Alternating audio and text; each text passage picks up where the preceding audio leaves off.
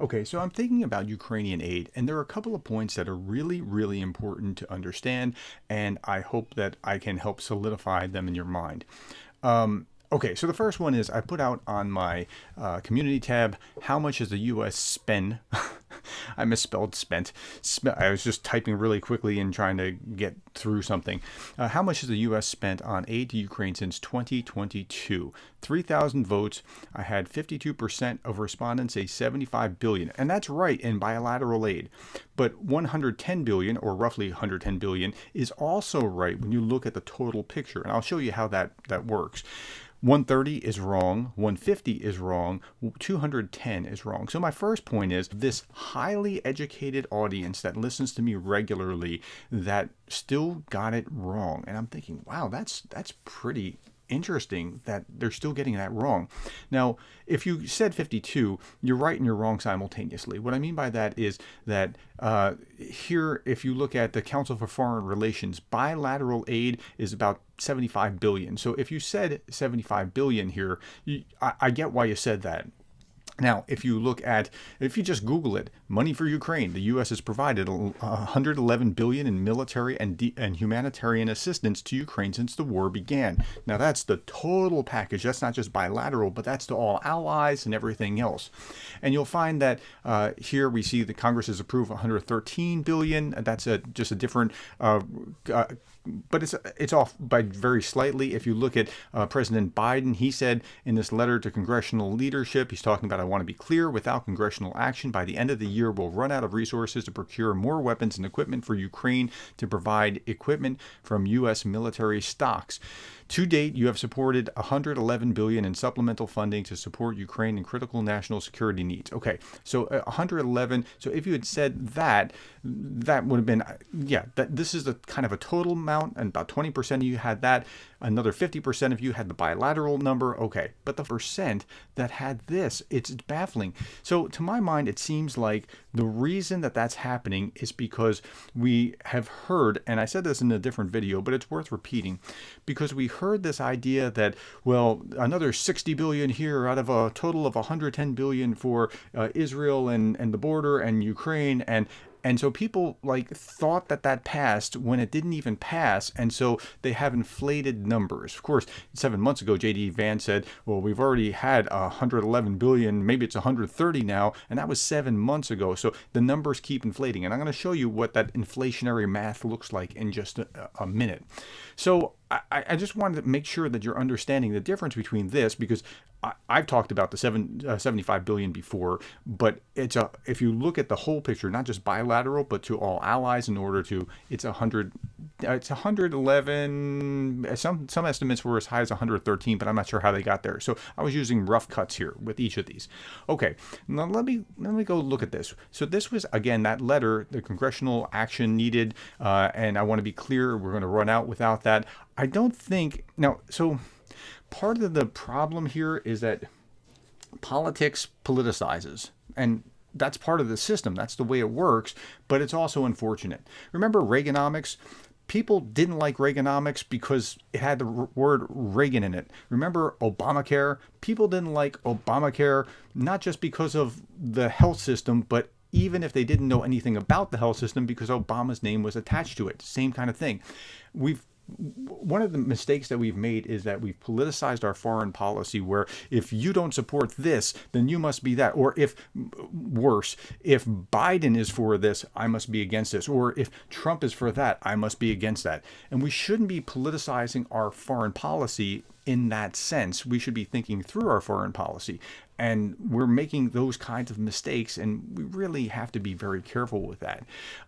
So as I look at this, I look at Biden saying, hey, look, we've done this and we're going to run out. And now he's comparing Republicans to Russians. And that's really not a helpful thing. I get it. Even Zelensky was saying, hey, look, not doing this is supporting it's giving aid and comfort to Russia. I get that.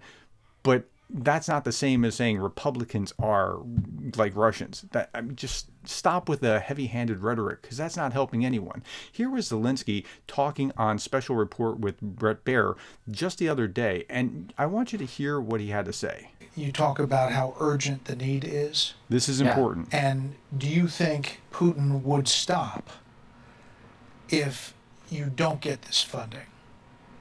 Would he make a deal? Would you make a deal? You know what I said to Mr. Speaker today, that was our first meeting. I said to him that decision in December about support, decision in January, decision in February, it's not the big, the big difference between it.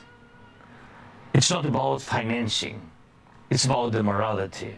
Okay, so it's not about the financing. It's not about getting it now. It's not about getting it in January or February. We can take some time. And here's the New York Post talking about Zelensky tells Speaker Johnson Ukraine aid won't run out until February, despite White House claims. So Biden's saying it, and I get it. He's saying it's urgent. We need to do it now. I understand that. But Zelensky was saying, wait, we can actually endure for some time here, but it's something more than that. And this is what you need to understand about the financing. It's about our credibility. And I'm going to come back to that at the end of this. The morality. The biggest problem, when you don't support Ukraine, that people on the front line, families which are waiting for their heroes at home, that they think that the United States doesn't support Ukraine, and that Ukraine is alone, defending our common values for United States and Europe. That is the problem, to kick our morality. It was at the very beginning of the war. Really, we've been alone, and we are very happy and thankful to American people that then you supported us, but we've been alone. And of course, people afraid to be again alone, but you have to know that even if we will stand and fight. And that was a great answer. And so it's about the morality of the situation. Are we going to support them? Are we going to back them? Are we going to fulfill our obligations? Once we have said that we're going to be with you, we need to be with you. Otherwise, if I was an ally, I'd be starting to get nervous. And I keep hearing that kind of thing about people are now becoming nervous. Here's another article that relates to Ukraine aid. Most aid to Ukraine is spent in the U.S. A total shutdown would be irresponsible. Okay, so I get what they're trying to say, but it doesn't quite work out mathematically. If we give if we spend $1 that we don't have, and then we give that dollar to, and it stays in the U.S. somehow, we still have to pay back that dollar. What happens is that it's more like this. It's more like this change, right? So I have this, and this change is kind of leaking because we're spending this, and we're saying, okay, well, 75 cents out of this dollar has gone into Ukraine aid in the United States, so it's creating these jobs and all these other things. But you know what? We still have to pay that dollar back because we're spending it. So it's not as simple as just saying, well, it's all staying here.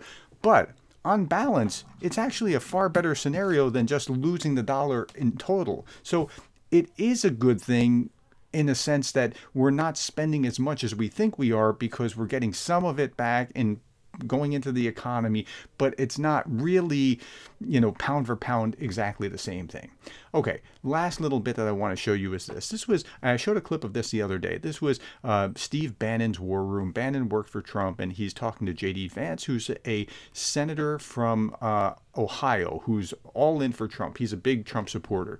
I want you to hear the conversation. Now, there's a couple things about this. They're talking about the $61 billion that are proposed, and they're saying, well, 61, what's it going to be? It's going to be 61 now and then 61 next year, and then we're in for a $500 billion. Well, if you want to stall, if you don't want to support, then this is exactly what you do. You go out to further and further and further scenarios. But I'm not sure that this is exactly a fair way of describing it, but this is the way that they're talking about it. Because it's just not $61 billion. We're 113, 120 Correct. This 61's for this year. So he got the 113 or so correct, and then they're going to advance this.